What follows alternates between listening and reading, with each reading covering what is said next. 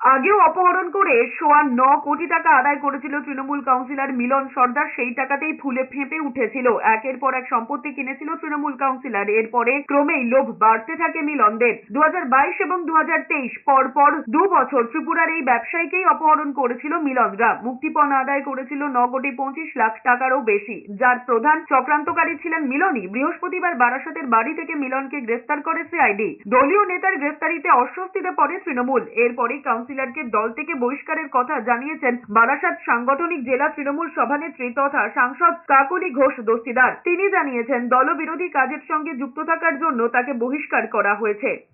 এদিকে নির্মল সর্দার আরেকটা শাহজাহান বলে আক্রমণ করেছেন শুভেন্দু অধিকারী। কাকলি ঘোষ দস্তিদারের স্নেহভাজন ছিল বলে এতদিন এই কাজ করে গিয়েছে, এমনটাই দাবি রাজ্যের বিরোধী দলনেতার। তিনি আরো বলেছেন, তৃণমূল সাংসদ কাকলি ঘোষ দস্তিদারের সঙ্গে এই তৃণমূল কাউন্সিলরের অন্তত 25টা ছবি ভিডিও রয়েছে।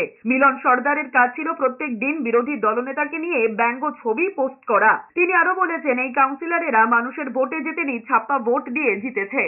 উনি কাকলি ঘোষ দস্তিদারের সঙ্গে উনার 25টা ছবি আর ভিডিও রয়েছে। সর্দার তো ওর নাম, হ্যাঁ। উনার কাজ ছিল প্রতিদিন শুভেন্দু অধিকারীকে ব্যঙ্গ ছবি পোস্ট করা। ওর ফেসবুকটা ফলো করবেন।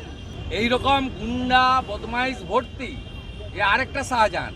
এবং কাকলি ঘোষ দস্তিদারের আশীর্বাদ ছিল বলে এতদিন ধরে এই নোংরা কাজগুলো করে গেছে।